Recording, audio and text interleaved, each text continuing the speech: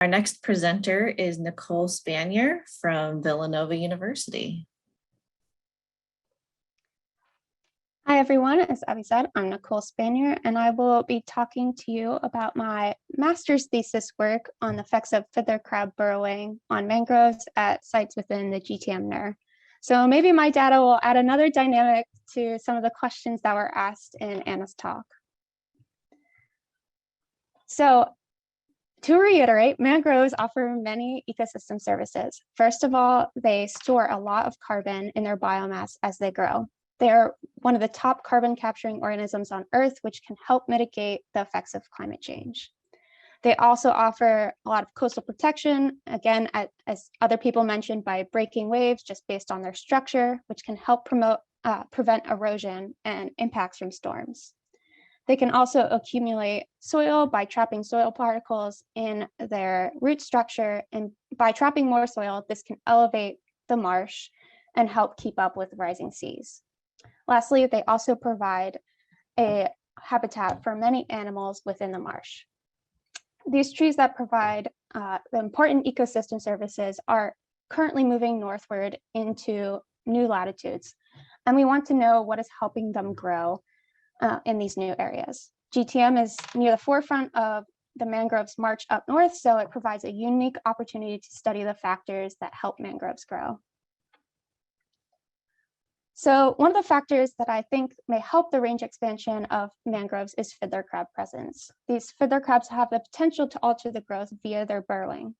And as you see on the right, you can see an example of a burrow that's circled by the red circle.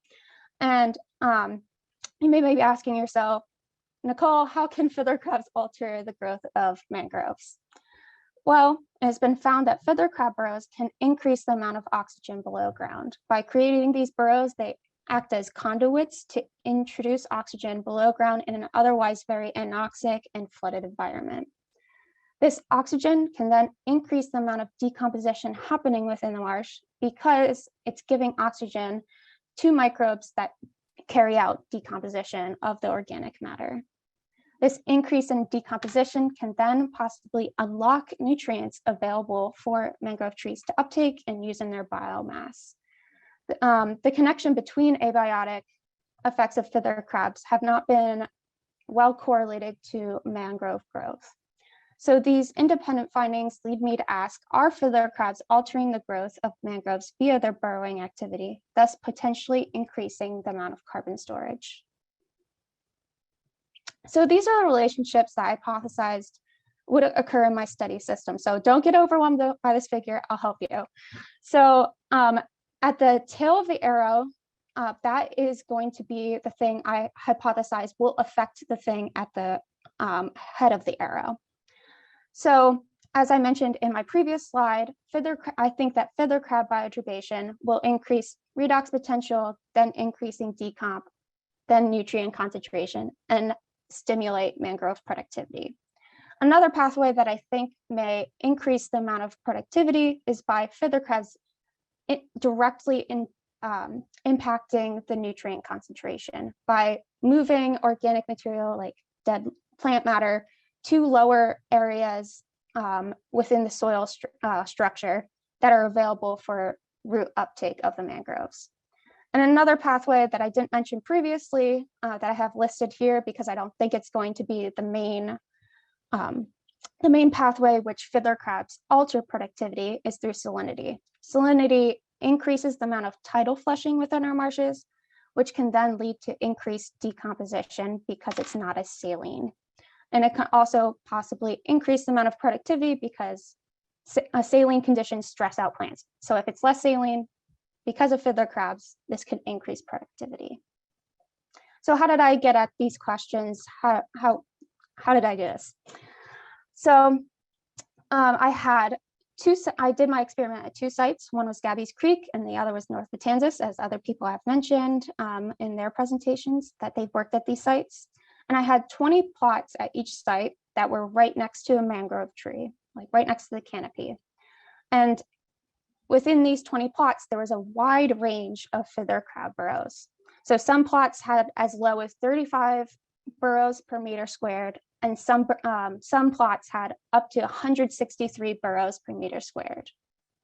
So at each plot, I did a bunch of different measurements. So these are the measurements that I did to get at my question. And I correlated a lot of different abiotic factors with the amount of crabs. So first, I counted the number of burrows in each of my plots. Then I measured the salinity using pore water measurements.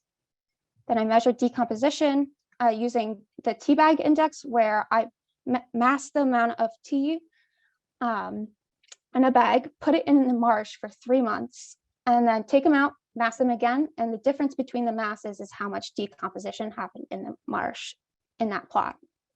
I also quantified the amount of ammonium, which is a form of nitrate that plants can use.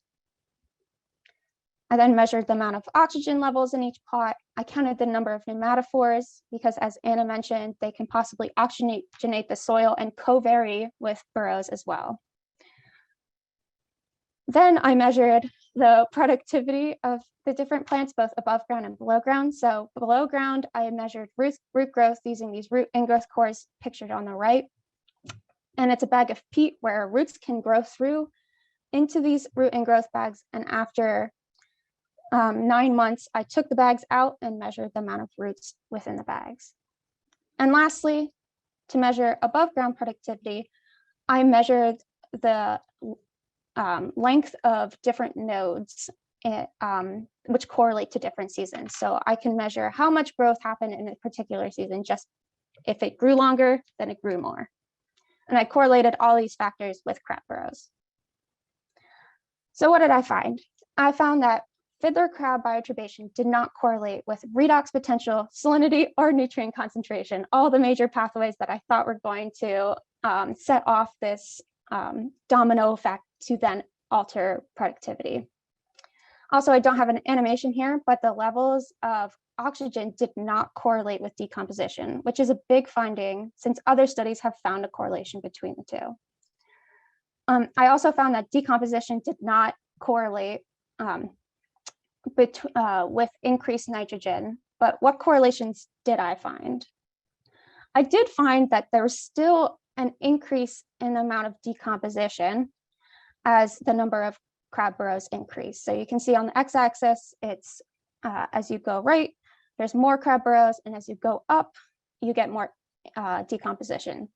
So this tells me that there is another factor that is driving how fiddler crabs can alter decomposition. And then I still wanted to know if fiddler crab burrowing still altered fiddler crab burrowing, since it correlated with decomposition. Did decomposition still correlate with the node growth, even though nutrients were not altered? And I found this weird correlation between decomposition and growing season node. So as decomp increased, there was a lower amount of node growth on the plant. So I will remember this relationship, and I'll come back to it later, this weird relationship. And then I just wanted to know if the number of crab burrows correlated with productivity just directly. And I found that the number of crab burrows did not correlate with root productivity or internode growth directly. So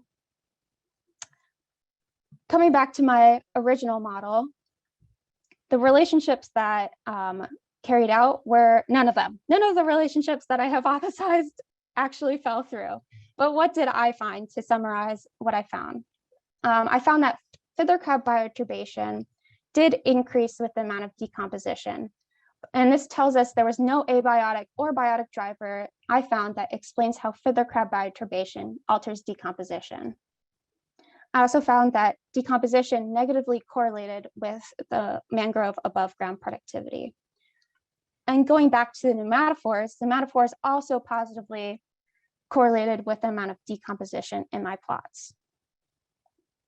So to summarize, these are all the relationships that actually came through. Again, more crabs and pneumatophores led to more decomposition, but more decomposition, there was less productivity. So what do I think is happening? This is really weird. This is really weird data. Well, I really think that elevation is a huge driver of the patterns that I see. So at lower elevations, crabs are really prominent. There are way more crabs at lower elevations because they want to be closer to the tidal creek. So as I mentioned, there was higher decomp because of the crabs. I think that the nutrients that were released through this decomposition was possibly taken out by the tidal water when it moved out, which led to less mangrove growth because there's less nutrients being available for the tree, because the tree did not grow at all. It didn't grow as much as the ones with more crabs. I mean, with less crabs. And then at higher elevations, I think that because there was lower decomposition and less crabs up at higher elevations, there's not as many nutrients being taken away because the tide isn't taking the nutrients out, and the plants can still use the nutrients that are still there to use for growth. So that's why I think this negative correlation might have happened.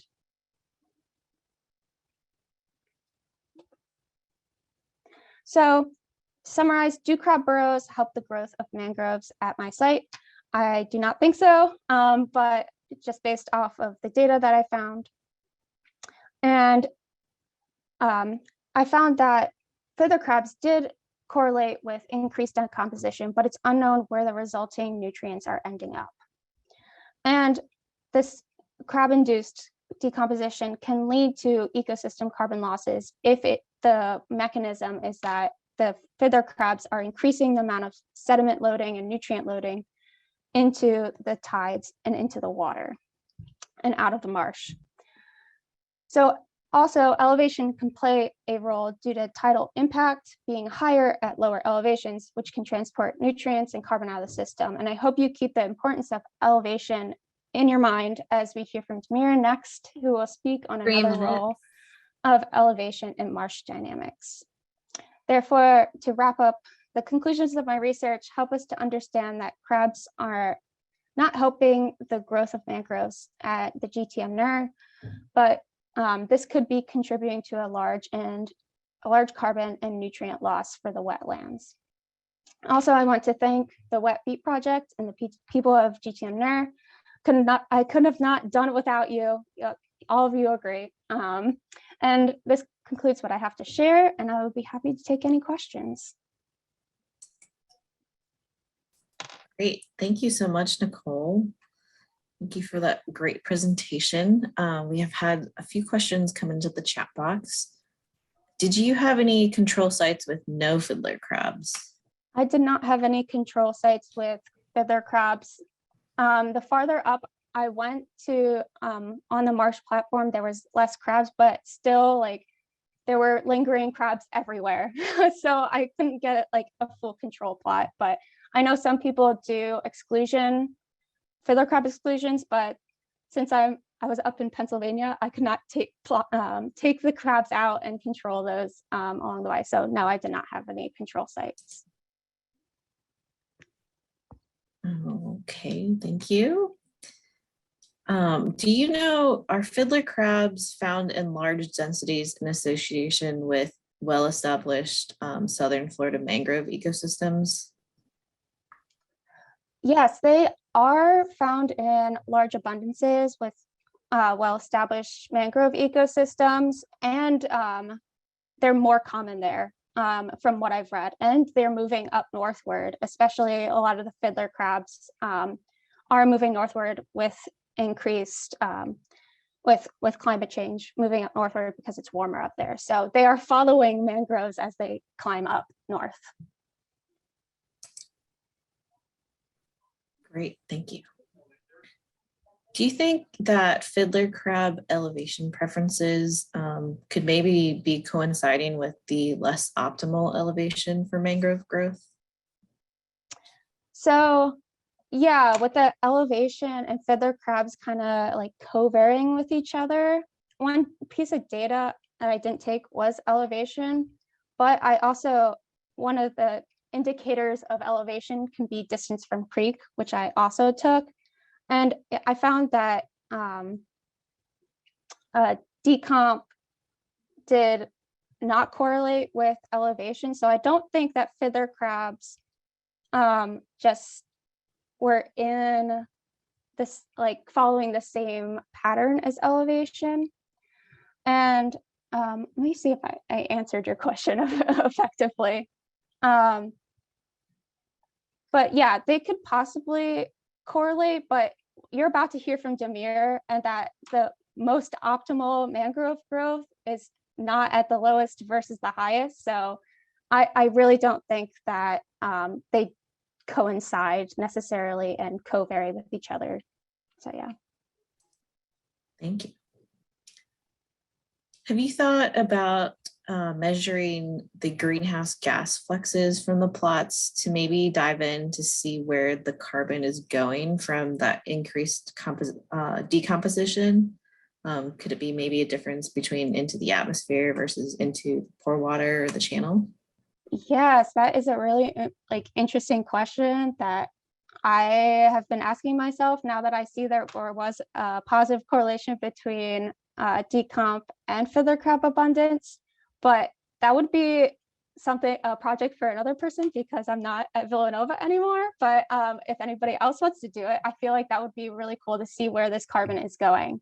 And I know fiddler crabs can also, in other studies, they can increase the amount of nitrous oxide, which is another potent greenhouse gas. So it is very possible that they're increasing different greenhouse gases and maybe even the amount of CO2 flux that is coming from the marsh. But it would be a really interesting thing to see where that carbon is going.